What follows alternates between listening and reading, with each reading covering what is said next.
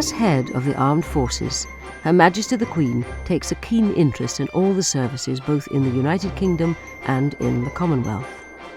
The Queen holds more than 30 honorary military titles at home, and an almost equal number across those countries where she remains head of state. But what does her role involve, and why is it still relevant to the service men and women of the combined armed forces? She takes very seriously her role as head of the armed forces. She sees it as a pastoral role. She's very anxious about the welfare of her servicemen and women.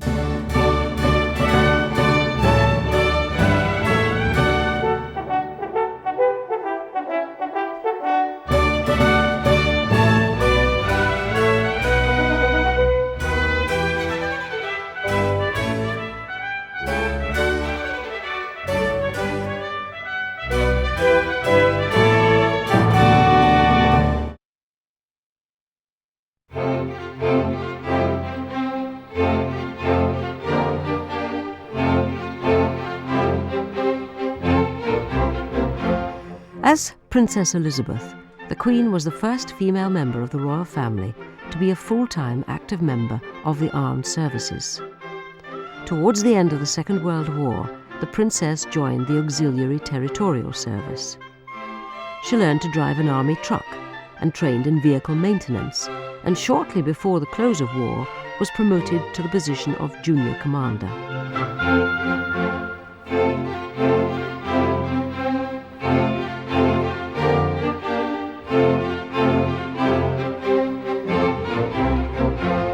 She found that really wonderful, because there she was with other girls her age, all doing the same training. And she prided herself tremendously on being able to sort of fiddle in the engine, change the wheels, and become such a good driver. And she still does like driving a lot. She's very skillful and drives quite fast, I think. In 1951, the then Princess Elizabeth made her first appearance riding side saddle at Trooping the Colour. Not yet monarch, she was deputising for her father, King George VI, who was too ill to attend. She wore the scarlet tunic of Colonel of the Grenadiers, her first honorary military appointment awarded her when she was just 16. That is an image of queenship which echoes back into history, because all the great queens have had quite strong masculine characters. Elizabeth I above all, with the famous Tilbury speech when she was on horseback wearing armour. It's kind of masculine, and foul scorn that harm or any prince of Spain dare invade my realm, lay down my life even into the dust for my people. It's all that kind of resonance back through history, all the way back frankly to Boadicea. Following the early death of her father, Elizabeth returned to the parade ground the following year, this time as Queen. It was the customary splendid setting for the sovereign's birthday ceremony, yet nothing in the past could equal this, for our sovereign Lady Elizabeth was to take the salute as Queen in her own right, as Colonel-in-Chief of the brigade. Royal salute! The Queen was the first female sovereign to take the salute, and with the exception of 1955, she has presided over the ceremony every year since. The origins of the parade date back to the 1700s, when Trooping the Colour was a regular event for members of the military. In those days, the flag representing a regiment's colours was trooped past the men daily to ensure that they would be able to recognise their colours in the chaos of a battle. However, its current pomp and ceremony are solely for honouring the sovereign and the troops who serve her. It is the most visible reminder of the Queen's role as their head. The Queen takes her role very, very seriously. If she's doing Trooping the Colour and she's sitting on the dais and she's watching the parade past, she will spot something wrong 100 metres off. She will spot, for example, if one of the household cavalry horses is lame or is tripped. She'll see it and she will tell them. She has an eye for detail. Members of the Army and Air Force are required to swear or affirm an oath of allegiance to the Queen. This declaration of loyalty to the sovereign is made by servicemen and women regardless of their personal political beliefs. Its strength is that it is not given to any one political party, but to the country in the form of the Queen as head of state. The Queen is the country, the institution, whereas they do not want to, I do not think they want to be thinking they're fighting for that Mr. Blair or that Mr. Cameron or that Mr. Brown. They're doing this in honour of their monarch, and that makes it a much more noble cause that they're pursuing. As head of the armed forces, the sovereign can declare war and peace. This dates from the times when the monarch was responsible for raising, maintaining, and equipping the army and navy, often leading them into battle. Nowadays, however, the sovereign can only exercise these powers on the advice of responsible ministers and the consent of Parliament. Of course, it's a sort of nominal power because the Queen, of course, does whatever the government instructs her to do. But what it means is that the armed forces are not fighting for any political party, they're fighting for Queen and country.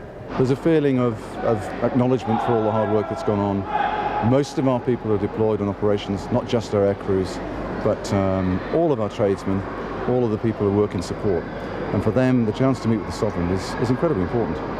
The Queen maintains her link with the forces by making regular trips to service establishments and to ships to meet servicemen and women of all ranks and their families, both in the United Kingdom and overseas. She will have seen Marham change, whereas for us, it's maybe 2 or 3 years from our life. She is the item of continuity in the history of the station. Although the Queen's role is non-political, she is known to concern herself closely with the welfare and conditions of service personnel. She sees it as a pastoral role. She's very anxious about the welfare of her servicemen and women, particularly in the last few years when they've been deployed so often in theatres of war, far more than in any time in her reign. And it's clear that she's concerned about the plight of some of these men and women coming back. Aside of the Queen, other members of the royal family hold honorary ranks and appointments in the armed forces, and several have seen active service. I think she is deeply conscious that her family should somehow lead by example, and that they should be put in the way of danger like other families. The Duke of Edinburgh served with the Royal Navy. He distinguished himself during the Second World War and was involved in several engagements in the Mediterranean and in the Pacific.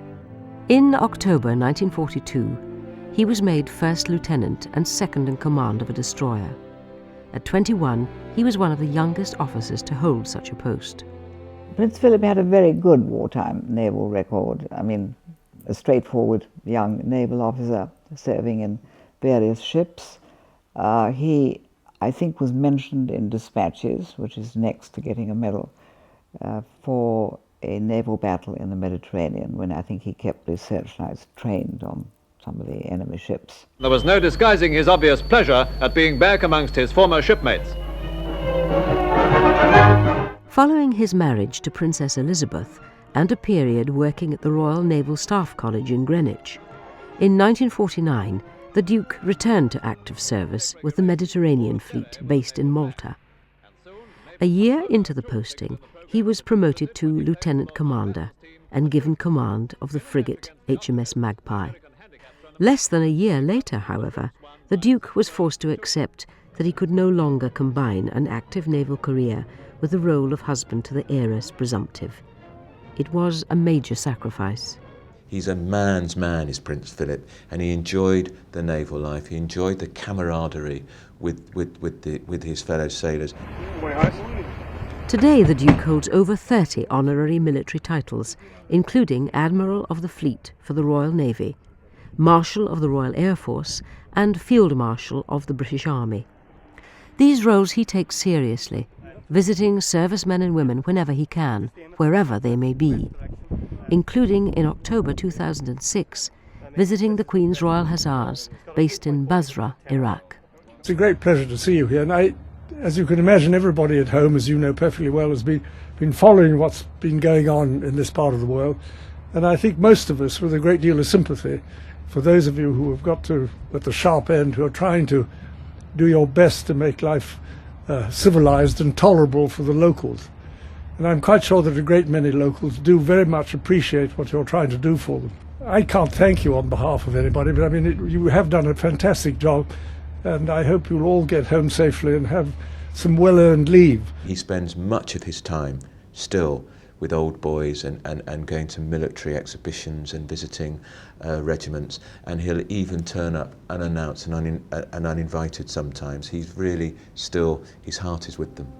Of the Queen and the Duke's children, all 4 hold honorary ranks. 2 have completed military training and 1 has fought for his country. As heir to the throne and a future head of the armed forces, the Prince of Wales had been expected to spend time working for one or more of the services. I think the armed forces is a very good training for any member of the royal family. And I think that it did serve Prince Charles particularly well. And it teaches them to live alongside ordinary men and women now, and gives them a discipline. And their life is, I mean, if there can be one word to sum up their life, it is discipline. So the armed forces is a very good preparation for all of that. In 1971, after 6 months training to be a jet pilot, the Prince of Wales embarked on a naval career, during which time he graduated from a sub-lieutenant to captain, and in his last job took command of the coastal minehunter HMS Brunnington. If later on I'm to be associated with all 3 services, it'd be a very good idea to do an attachment with each one. I think it gives one a very useful experience of responsibility and discipline. I think responsibility is the most important thing, is the actual trust that's put in you to deal with other people, and the feeling that they can perhaps put their trust in you as well. By all accounts, the Prince ran a happy ship. He was certainly an affable host when his family paid a visit. Then you can break through the pressure wave on the stern, and you would then avoid the danger of being sucked in or out. You have to time it just right and take the revs off, you see, when you pass the stern, and then put them back on again. Wow! I think he enjoyed very much the contact with people, very much on a level, really. I mean, I think the fact that he was Prince Charles, of course, people realize that, but on the other hand, they would have enjoyed an open friendship, from which both sides would have benefited very much. The Chinook helicopter is the workhorse of the services, and Prince Charles crossed the city of Basra in one. He's the first royal to visit the troops since the war. As is customary, the Prince of Wales holds nearly 30 honorary military titles and, like the Queen, takes a close interest in the work and welfare of members of the services, going out to meet them whether at home or on the front line. He seems very genuine. He comes across and just sort of chats to you. Obviously seems very well informed over everything that's going on here. He's making a chance to speak to everyone as best as he can. So, you know, I think it's a special visit, so it's nice that he's coming here to the palace to see everyone. It's a role that Prince Charles takes very seriously. He visits troops in war zones. He's very concerned with welfare issues surrounding the troops, and of course he's really proud of and has been very encouraging to both William and Harry in their military careers.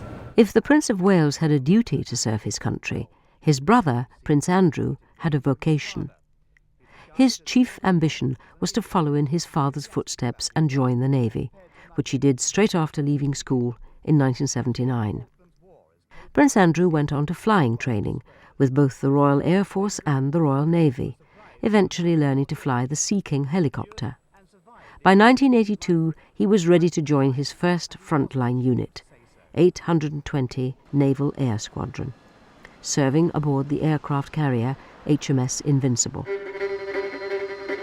When, in April that same year, Argentina invaded the Falkland Islands, HMS Invincible was assigned to the Royal Navy Task Force assembled to retake the islands.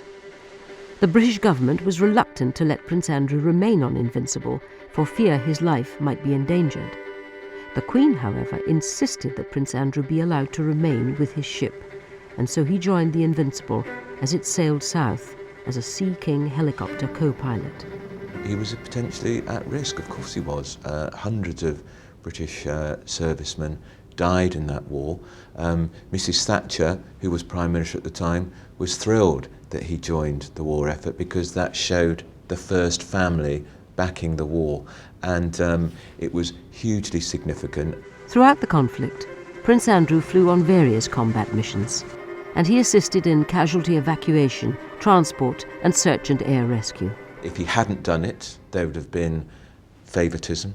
The troops were fighting for Queen and country. And it was a particularly significant conflict because it was British sovereign territory. The Queen is head of state of the Falkland Islands, and so it was so poignant and significant that her son took part in the battle to liberate her territory. The experience made a huge impression on the 22-year-old. I suppose shocked and yet proud. I've been shocked at what has happened, the way that the ships were taken out.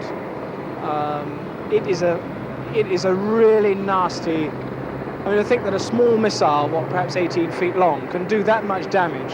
And I think we've all seen the photographs of HMS Sheffield and Atlantic Conveyor, or if not, I saw Atlantic Conveyor myself. She was a burning wreck. I mean, it was quite horrific. But on the other side, the pride of which to see how the British force actually worked together. And this was absolutely amazing. When the conflict ended and Invincible returned to Portsmouth, the Queen and the Duke were waiting with other families of the crew to welcome the vessel home. Is there anything you're particularly looking forward to once you step ashore? Yes, a pint of milk. A pint of milk? Yeah, I haven't had real milk for 5.5 months.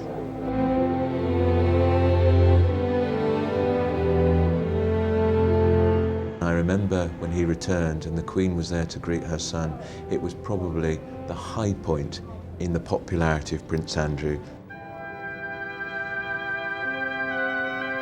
3 years later, Prince Andrew returned to the Falklands, this time as a flight pilot aboard HMS Brazen. When we take off from Mother on a situation like we are now on a surface search of this sector, we go out to look for the fishing boats and anybody else that is in the area that could possibly be a threat to the islands. And here we have, for instance, one as a pole, and we're looking for various things: the identification, the name, the port of registry, the number, and if it's got a call sign showing, then a call sign, and to see that it's not doing anything that it shouldn't do inside the Falkland Islands protection zone. Prince Andrew served in the Navy for 22 years, a career that he loved. Now his military duties are strictly honorary, but he is said to be very well informed about the various regiments and companies of which he is either colonel or commodore-in-chief. He's not just steeped in the history and traditions, as all the royal family are, but he really knows what it means to serve. He is a military man. It's not just a cursory interest. He has a genuine interest in all the regiments and the companies that he represents. She's just taking time out. I need breakfast. Of the Queen's grandchildren, Princes William and Harry are both serving with the armed forces. And like their uncle, Prince Harry has seen active service. He was deployed in Helmand province in Afghanistan to assist in the war against the Taliban in December 2007. The army, which had decided earlier in the year that it was too dangerous for Harry to serve in battle-scarred Iraq, deployed him to Afghanistan on condition that his whereabouts remained a secret in case he became a Taliban target. Harry had made it clear very strongly from the day that he joined Sandhurst that he didn't want to do it if, as he put it, he was going to be sitting on his sorry ass back home while his men were being sent out to war zones and to the front line. And at every opportunity after that, he reiterated that point. Prince Harry discussed his deployment with his grandmother, the Queen. You presumably told your grandmother?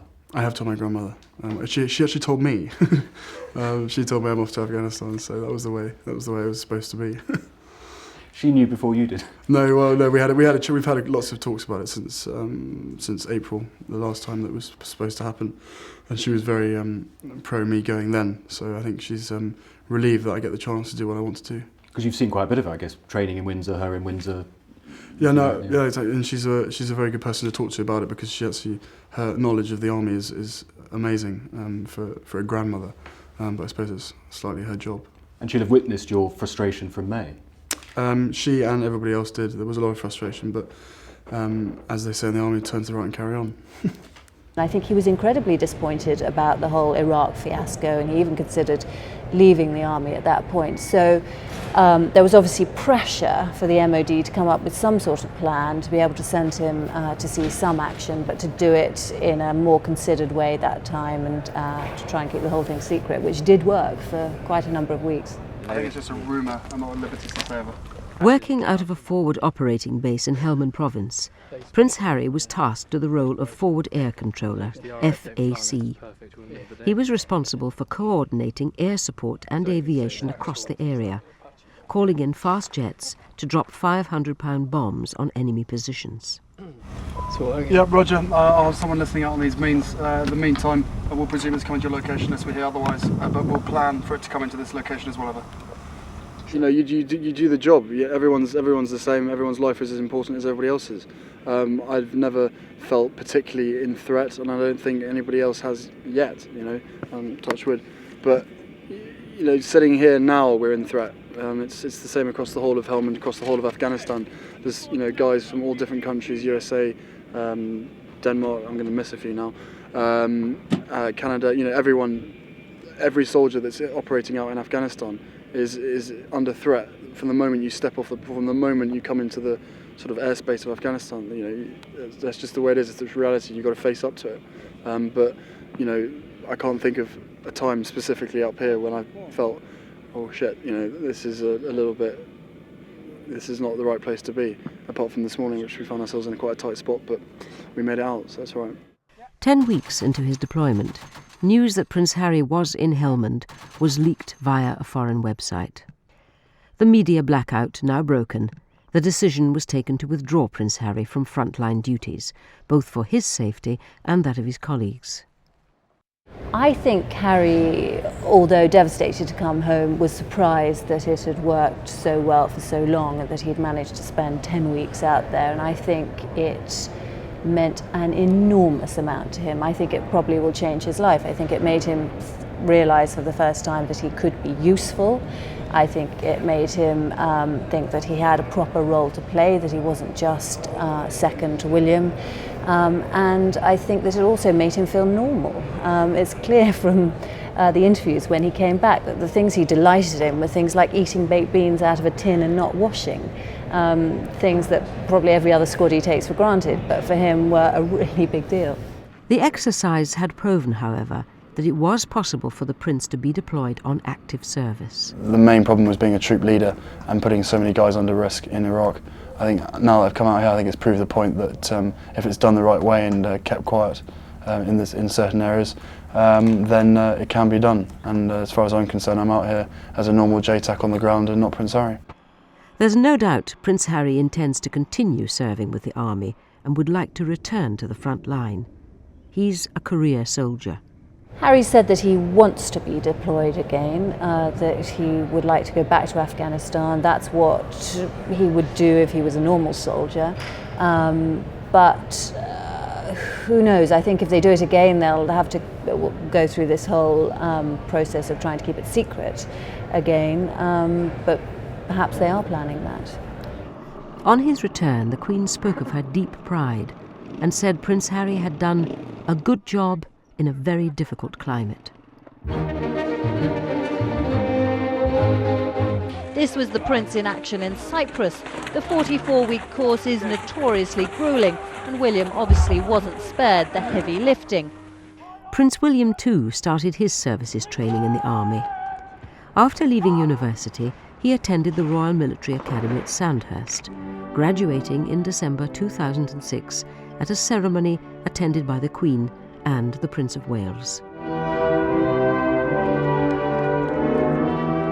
After Sandhurst, Prince William began his service as a troop commander and second lieutenant with the Household Cavalry's Blues and Royals. Like his father, and to prepare him for his future role as head of the armed forces, Prince William is required to spend time with the Royal Air Force and the Royal Navy. In January 2008, Prince William started intensive training with the RAF to learn how to fly fixed-wing aircraft and helicopters. Within 2 weeks, he'd undertaken his first solo flight. It was one of those experiences where I thought it'll never come round, and I thought, hopefully a bit longer yet, and I'll get more practice. And the next thing I know, my instructor jumps out and goes, "Go on, get on with it." And I was left there sort of looking around the room and going, what? So I just did it, and once you get up in the air, it was fine. It wasn't so bad.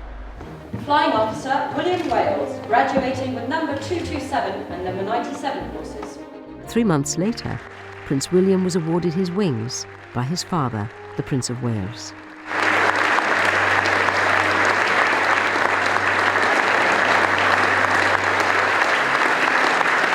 Once you've been part of the Army, the Navy or the Air Force or whatever, you get a direct understanding, you get a proper insight into what the men and women who are serving are doing. And so it's not just a ceremonial role, it's something that you actually know about, it's something you're interested in, and you can relate to the people that you're talking to. I think it is very important. Prince William and Prince Harry, although serving officers, already hold honorary military ranks, the number of which will increase over the coming years. Like their grandmother and their father, they will be expected to concern themselves with the work and condition of the companies and regiments to which they are attached. We've seen with the Queen and Prince William and Prince Harry and Prince Charles this year more public support than ever before. She's had a royal tattoo at Windsor Castle for the first time. Prince William and Prince Harry joined a big military display in the City of London, the City Salute, to show support for soldiers coming back from Afghanistan and Iraq who have been injured, and to try and raise money and awareness of their plight. For the Queen, the participation of her children and grandchildren in the armed forces is of especial importance. It confirms the commitment of the royal family to the reality of service life, as well as its ideals. In a message to members of the armed forces on the occasion of her Golden Jubilee, the Queen said, "I would like to thank all of you for your part in defending Britain and preserving peace around the world. I cannot think of a worthier task." I think the Queen is absolutely genuine in her gratitude for what the armed forces do. She is of the war generation. The Second World War was a defining influence on her adolescence. And she's very aware from her family ties, from her husband, from her son, from her grandchildren, of the very personal risks of what it means to have a family member serving in somewhere dangerous. So I think she has a very great understanding of what forces families are going through. War games, not military ceremony, is how the armed forces have celebrated the Queen's Jubilee. In a specially constructed theatre of war, the Queen and Prince Philip were shown a familiar scenario in modern times, the army acting as part of an international force, though today's actions sometimes bore more resemblance to Hollywood than reality. Servicemen and women too appreciate the dedication of the royal family to the armed forces. That they themselves are not just bystanders, but are prepared to serve their country alongside other members of the forces matters hugely. And it is for this reason that when the Queen pays a visit, they're keen to put on a show.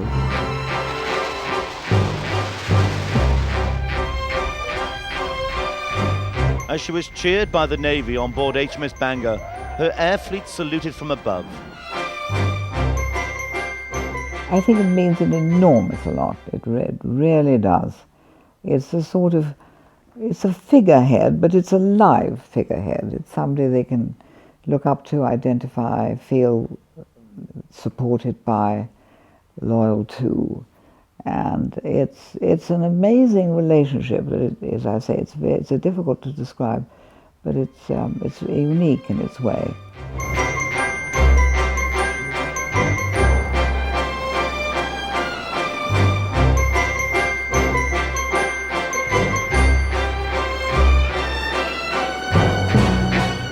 Today, the Queen was not just celebrating her Golden Jubilee, but thanking the armed forces for half a century of military service.